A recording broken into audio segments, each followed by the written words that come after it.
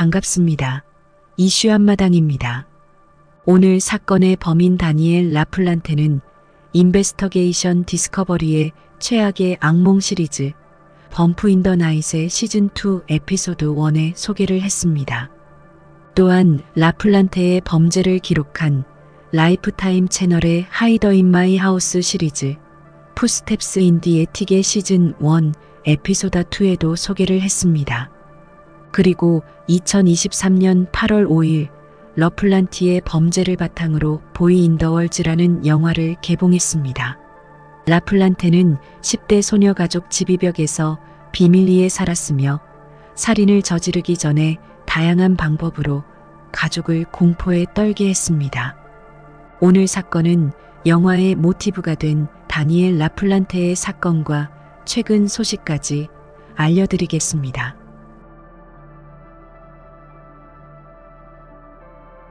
다니엘 라플란테는 1970년 5월 16일 매사추세츠주 타운샌드에서 태어났습니다. 그의 어린 시절에 대하여 알려진 정보는 많지 않습니다. 이 사건의 초점이 될 10대 초반에는 어머니와 양아버지, 두 형제와 함께 타운샌드에서 살았습니다. 다니엘은 아버지와 계부로부터 신체적, 심리적, 성적으로 학대를 받으며 비참하고 충격적인 어린 시절을 보냈다는 사실이 기록되어 있었습니다. 학교에서는 난독증으로 학업에 어려움을 겪었지만 아무런 지원도 받지 못했습니다. 게다가 다니엘의 사회생활은 거의 전무했고 다른 아이들은 소름이 끼치며 이상하다고 생각합니다. 다니엘은 항상 악취가 나고 더러운 옷을 입고 학교에 다녔습니다. 같은 반 친구들은 멀리서 다니엘이 보이기만 해도 피할 정도입니다. 10대 초반의 다니엘은 학교 관계자의 권유로 정신과 의사를 만나 과잉 행동장애 진단을 받았습니다. 하지만 정신과 의사는 다니엘을 치료하는 대신 그를 성적으로 학대했습니다. 학대는 1년 넘게 계속되었으며 다니엘은 치료를 시작할 때보다 정신적으로 더욱 악화된 상태에서 치료를 마쳤습니다.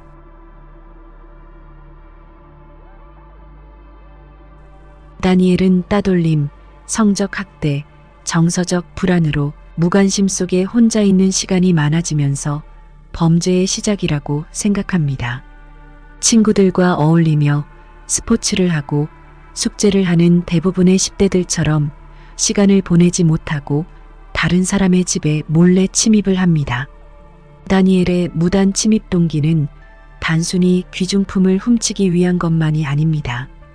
물론 물건을 훔치기도 했지만 몰래 남의 집에 침입하는 스릴이 다니엘을 더욱 흥분하게 만들었습니다.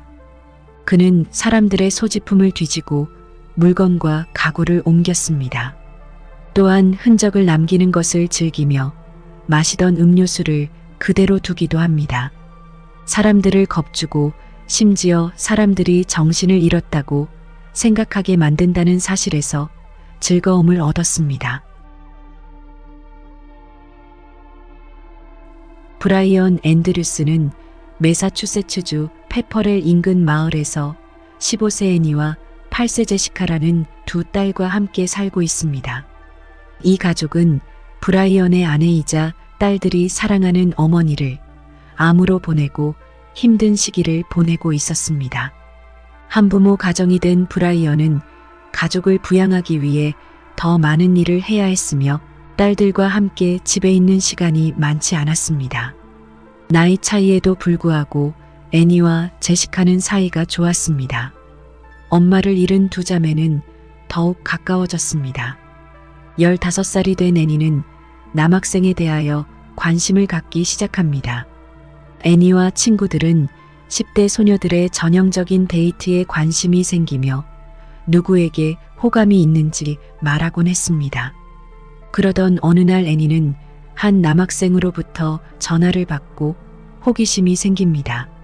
남학생은 자신의 이름이 데니라고 말하며 같은 고등학교에 다니는 친구로부터 전화번호를 알았다고 말합니다. 물론 이 말은 거짓말이며 그는 이미 애니의 집에 몰래 침입해 내부를 기웃거린 적이 있었습니다. 그는 애니의 가족 사진에서 사실을 알게 되었고 그녀에게 집착하게 된 것입니다. 전화 통화에서 자신은 키가 크고 금발의 운동신경이 뛰어나며 똑똑한 미남이라고 설명합니다. 두 사람은 2주 동안 자주 통화를 했습니다. 애니는 데니와 대화하는 것을 좋아했기 때문에 데니가 데이트 신청을 했을 때 흔쾌히 동의했습니다. 데니는 애니와 함께 박람회를 가기로 약속합니다. 그날이 되자 애니는 기대감에 흥분했습니다. 초인종이 울리고 그녀는 서둘러 문으로 갑니다. 하지만 문 앞에 서 있는 소년의 외모가 예상과 전혀 달랐기 때문에 애니는 깜짝 놀랍니다. 전화 통화에서 키가 크고 금발에 운동신경이 뛰어나다고 말했지만 그는 전혀 그런 사람이 아니었기 때문입니다. 이 소년은 키가 1m 72 정도, 마른 체격에 기름기가 많은 검은 머리카락과 길들여지지 않은 무거운 눈썹을 가졌습니다. 피부에는 여드름이 가득한 그는 자신을 데니라고 소개합니다. 애니는 당황한 기색을 감추며 데이트를 합니다. 하지만 그녀는 데니와 눈을 마주치는 순간부터 불길한 예감이 들었습니다. 박람회를 돌아다니며 애니는 최근 암으로 돌아가신 어머니를 언급하며 가족의 이야기를 했습니다. 마치 죽음에 대한 언급이 데니에게 스위치를 킨 것처럼 그의 눈빛이 갑자기 밝아지고 극도로 활기차게 변했습니다. 데니는 애니에게 죽음에 대한 질문을 쏟아내기 시작합니다. 특히 어머니가 얼마나 심하게 병을 앓았냐는 질문은 애니를 극도로 불편하게 만들었습니다.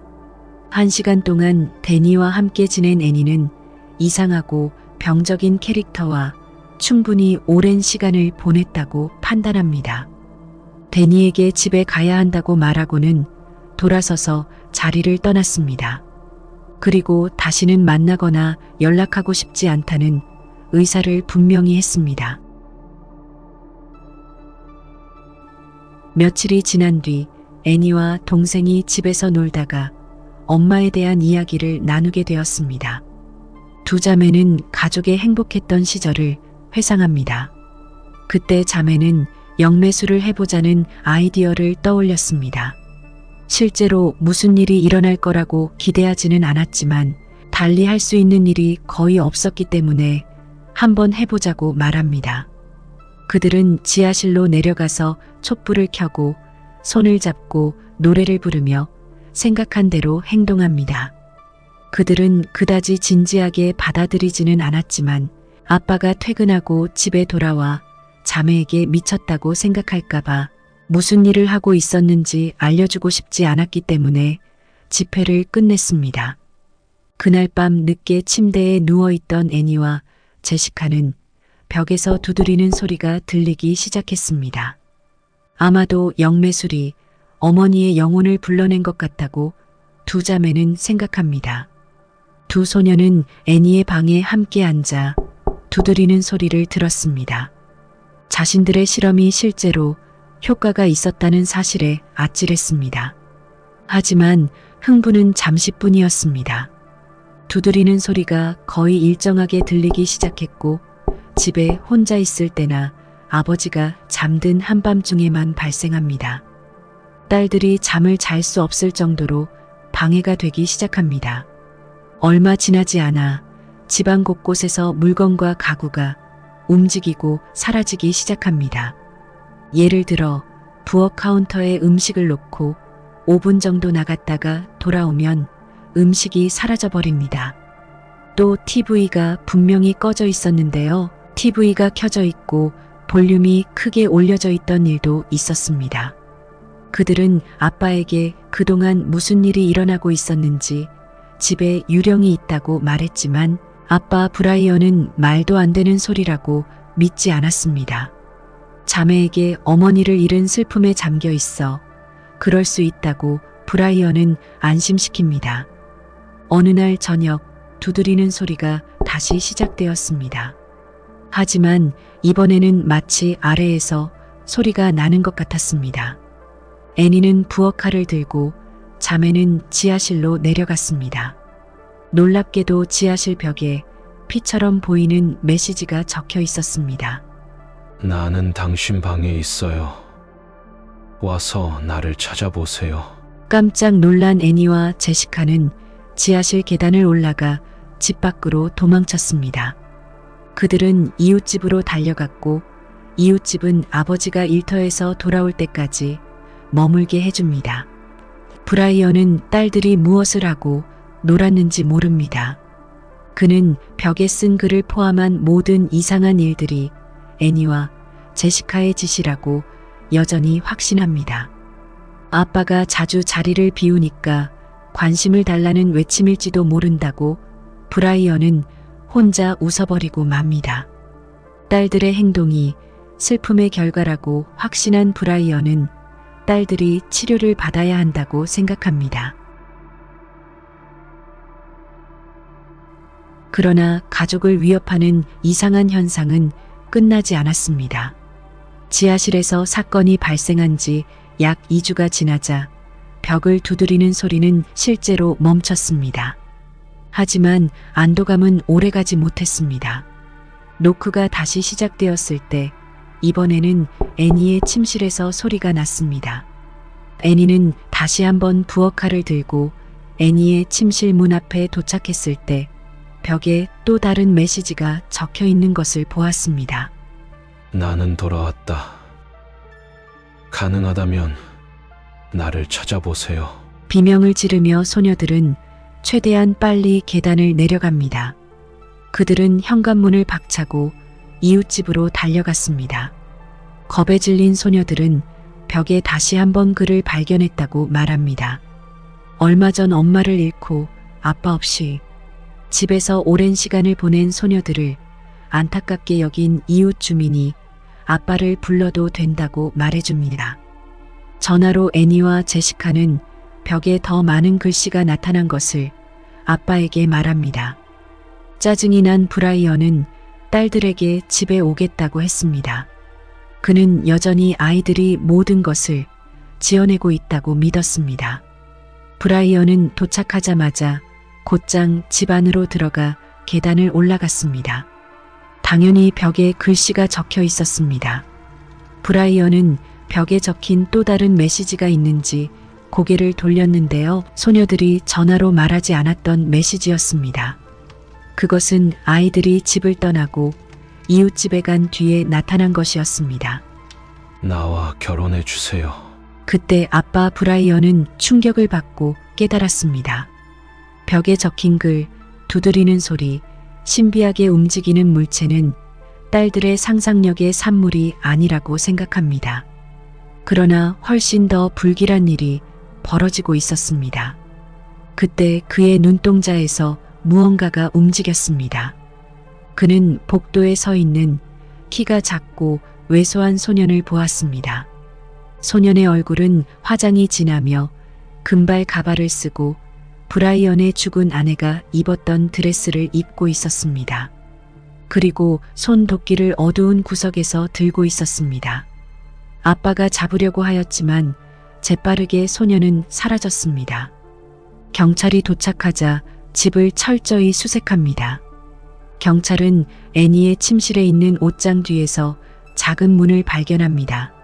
문을 열자 기어가는 공간이 나타납니다. 그 안에 작고 검은 머리의 소년이 있었는데요. 바로 브라이언이 보았던 소년이었습니다.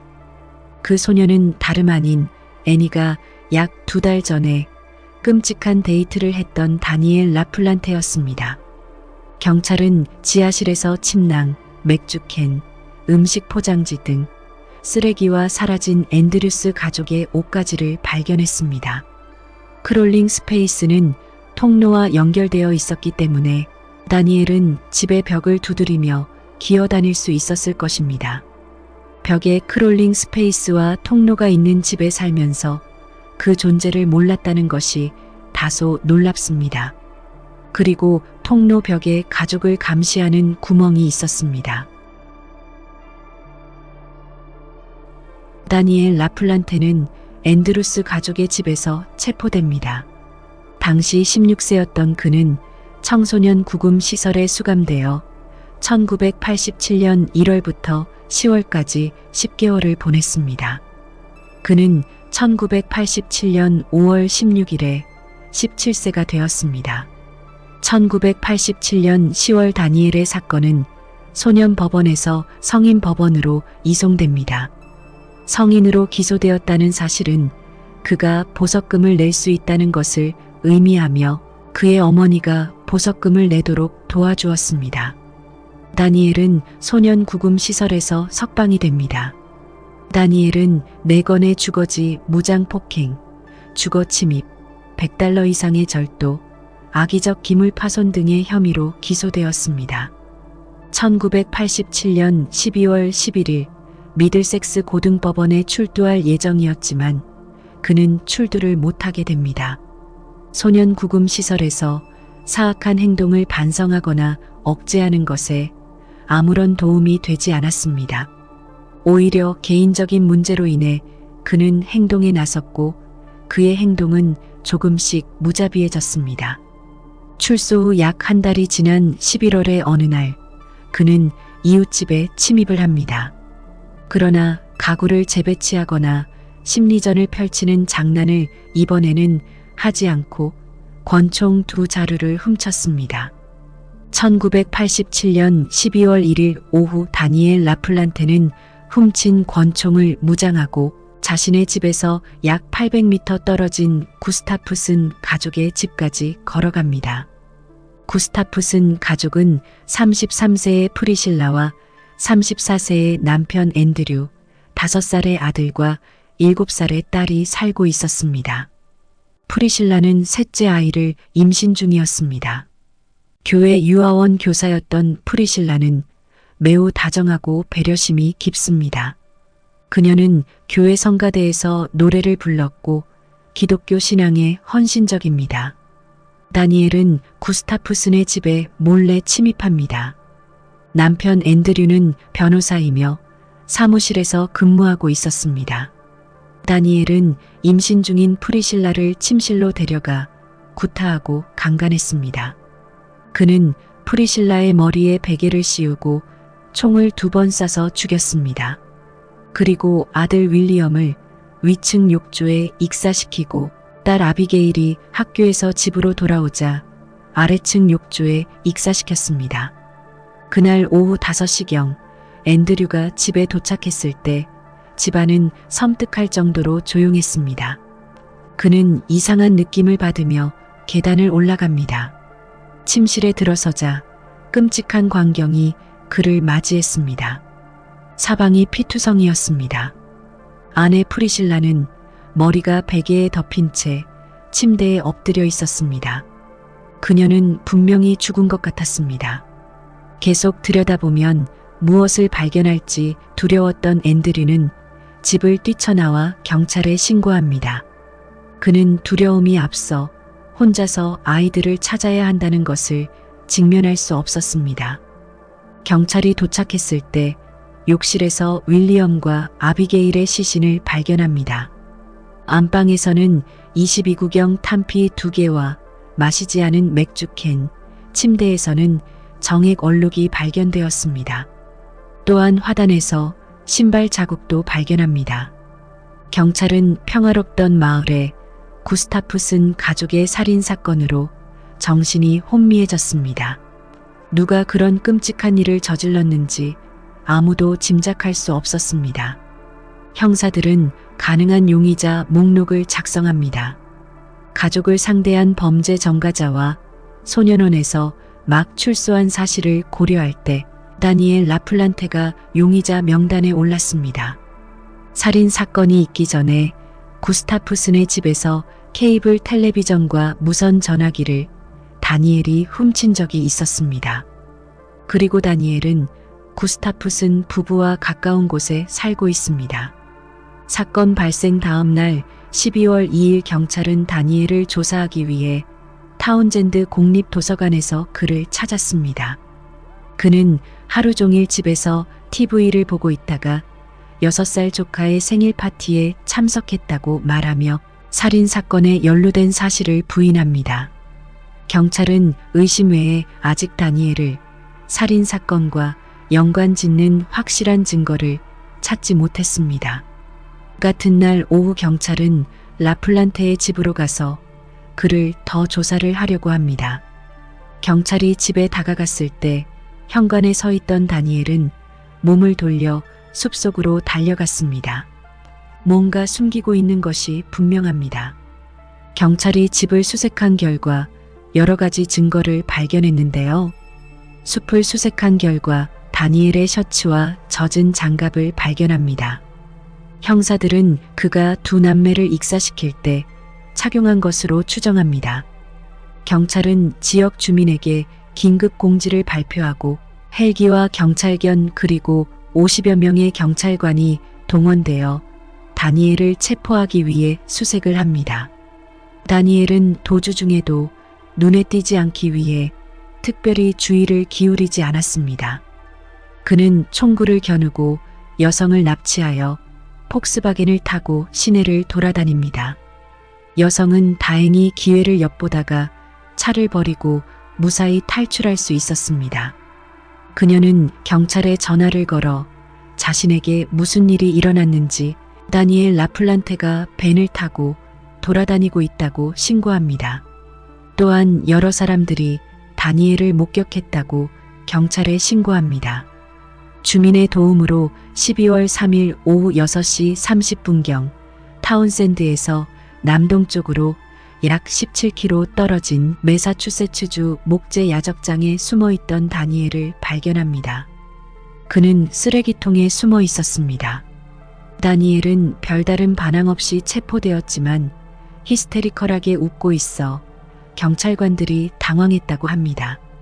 경찰은 그의 몸을 수색하다가 옷 속에 총이 들어있는 것을 발견했습니다. 그는 아내 프리실라와 남매를 살해한 혐의로 기소되었습니다.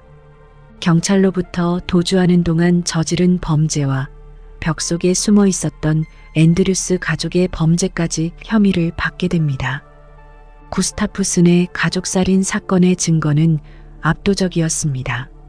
라플란테의 집에서 22구경 탄피가 발견되었는데요. 구스타프슨의 집에서 발견된 2개의 탄피와 일치합니다. 프리실라를 쏘는데 사용된 총은 다니엘의 집 마당에 있는 차 글러브 박스에서 발견하여 훔쳤던 2개의 총을 모두 찾아냈습니다. 탄도학 전문가는 구스타프슨의 집에서 발견된 탄피가 총과 일치한다고 증언했습니다. 구스타프슨 화단의 신발 자국과 일치하는 운동화가 다니엘의 옷장에서 발견되었습니다. 침이 묻은 양말이 발견되었는데요. 경찰은 이 양말이 부인 프리실라에게 재갈을 물린 것으로 추정하고 있습니다. 넥타이, 양말, 스타킹, 팬티 스타킹을 끈으로 묶어 사용한 것도 발견됩니다. 데니의 양말 중 하나는 구스타프슨의 집에 있던 것과 일치합니다. 또한 양말에서 아비게일의 머리카락 한 가닥이 발견되었습니다. 경찰은 구스타프슨 집에서 도난당한 무선 전화기를 그의 집에서 발견합니다. 전화기에서 다니엘의 것으로 추정되는 지문이 확인되었습니다. 당시 DNA 기술은 아직 초기 단계였지만 다니엘의 혈액을 분석한 결과 프리실라의 침대에서 발견된 정액 얼룩과 같은 A형 분비자라는 사실이 밝혀집니다.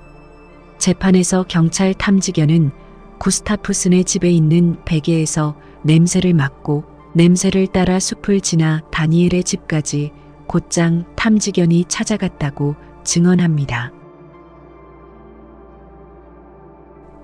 그러나 다니엘은 살인 혐의에 무죄를 주장합니다. 그의 재판은 1988년 10월에 시작되었고 당시 그는 18세였습니다. 다니엘은 정신감정을 받으라는 명령을 받았지만 재판을 받기에 적합하다는 판정을 받았습니다. 살인을 저지를 당시 다니엘은 미성년자였지만 판사는 성인 재판을 받도록 판결을 내립니다. 재판이 진행되는 동안 검찰은 50명에 달하는 증인을 불렀으며 그중 상당수는 다니엘의 가족이었습니다. 증거와 강력한 증언을 고려할 때 다니엘에 대한 검찰의 기소는 확실하다고 말할 수 있습니다. 다니엘이 재판 내내 극도로 비호감적인 모습을 보인 것도 변호인 측의 주장에 도움이 되지 않았습니다. 그는 시종일관 후회나 반성하는 기색이 없었고 얼굴에 미소를 잃지 않았습니다. 판사 배심원 변호사도 그에게서 나쁜 기운을 느낍니다. 변호인단은 다니엘을 변호하기가 쉽지 않았습니다. 변호사는 다니엘의 집에서 발견된 증거는 정황 증거이며 다른 가족 구성원과 연관될 수 있다고 주장하려고 했습니다. 하지만 다니엘의 형제와 양아버지는 모두 살인 당시 알리바이가 있었습니다. 다니엘의 변호사는 관용을 베풀기 위해 아버지, 계부, 정신과 치료 등 성적 학대와 정신적 학대를 받았던 불우한 어린 시절을 말했습니다. 배심원단의 약 5시간에 걸친 심의 끝에 다니엘은 모든 혐의에 유죄 판결을 받았습니다. 판사는 그에게 종신형 3개를 선고하고 연속 복역하도록 했습니다. 그는 현재 매사추세츠주 노퍽에 있는 MCI 노퍽 교도소에 수감되어 있습니다. 구스타프슨의 가족과 주민은 다니엘 라플란테가 다시는 거리를 활보하지 못하는 판결에 안도합니다. 진정한 괴물만이 임산부와 어린 2아이를 살해하고도 아무것도 느끼지 못한다고 믿었기 때문입니다. 다니엘은 아무것도 느끼지 못했을 뿐만 아니라 이 모든 것이 재미있다고 생각했습니다. 1993년 다니엘은 자택 수색 영장이 발부되지 않았어야 했다는 이유로 유죄 판결에 항소했습니다. 그의 유죄를 명백히 입증한 것은 그의 집에서 발견된 증거였습니다. 그러나 항소는 기각되었습니다. 다니엘은 다루기 쉬운 죄수는 아니었습니다. 2000년에 그는 다른 수감자들로부터 협박을 받고 안전을 위해 이송을 요청했습니다. 그의 요청이 받아들여져 다른 수감자들과 분리 수용되었습니다. 그러나 그는 격리된 이후 도서관 접근을 허용하지 않는 교도소 위원회를 상대로 소송을 제기했습니다. 그는 권리 거부에 대한 보상으로 $450를 받았습니다. 또한 누군가 우편으로 보낸 포르노를 압수당하자 소란을 피우기도 했습니다. 2013년에 다니엘은 신앙을 제대로 행사할 수 없다고 주장하면서 감옥에 있는 동안 예배를 드리기 위해 다양한 의식용 기름을 가져올 것을 요구했습니다. 여기에는 용의 피, 검은 아편, 당근 케이크를 요구했습니다. 2017년 46세의 다니엘 라플란테는 대법원이 청소년에게 가석방 없이 종신형을 선고할 수 없다는 판결에 항소했습니다. 그는 30년 동안 감옥에 수감되어 있었으며 종신형을 연속적으로 복역하지 않고 동시에 복역할 수 있도록 형량이 변경되기를 희망했습니다. 이렇게 되면 종신형을 3번 총 45년을 복역하고 2032년이 아닌 2017년에 가석방될 수 있었을 것입니다. 프리실라 구스타프슨의 가족과 검찰은 다니엘의 감형을 단호하게 반대했습니다. 가족들은 재심을 허락하면 살인이 다시 재현되는 것이며 또다시 피해자의 인생을 바꾸고 있다고 프리실라의 여동생 크리스틴 모건은 말했습니다. 다니엘은 재심 선고 공판에서 구스타프슨 가족에게 다음과 같이 사과했습니다. 깊은 슬픔을 온전히 표현할 말이 없습니다. 하지만 제가 일으킨 피해에 진심으로 죄송합니다. 제 본연의 모습, 제 영혼의 깊은 곳에서부터 죄송합니다. 그러나 참석자들에 따르면 그 사과는 진정성이 없다고 느꼈답니다. 다니엘은 자신이 해야 한다고 생각한 일을 그저 행동으로 옮긴 것이 분명했습니다. 사과를 하는 동안 그는 무표정한 얼굴로 눈을 마주치지 않았습니다. 미들섹스 고등법원 판사 헬렌 카잔지아는 흔들리지 않고 이렇게 말했습니다. 다니엘 씨는 정상적으로 회복되지 않았습니다. 이 사건은 임신한 부인과 두 자녀의 사망자를 초래한 잔인한 살인을 저질렀으며 그는 가족과 지역사회에 큰 상처를 남긴 다니엘에게 법원은 최대 형량이 합당하다고 판단합니다. 따라서 본 판사는 다니엘에게 원래 형량 종신형 3회 연속 복역을 다시 선고합니다. 다니엘은 2032년에 가석방 기회를 얻을 수 있습니다. 남편 앤드류 구스타프스는 1989년 미망인이었던 캐롤 구스타프슨이라는 여성과 재혼했습니다. 앤드류와 캐롤은 결혼할 때 결혼을 기념하기 위해 그리고 죽은 배우자를 기억하기 위해 각각 2개의 결혼 반지를 끼고 결혼했습니다. 두 사람 사이에는 홀리와 로라라는 두 딸이 있습니다. 2014년 5월 앤드류 구스타프스는 암으로 사망했습니다. 그의 나이는 60세였습니다. 보도에 따르면 54세 다니엘은 현재까지 자신의 행동을 후회하지 않고 있다고 합니다. 피해자분들의 명복을 빕니다. 시청해 주셔서 감사합니다.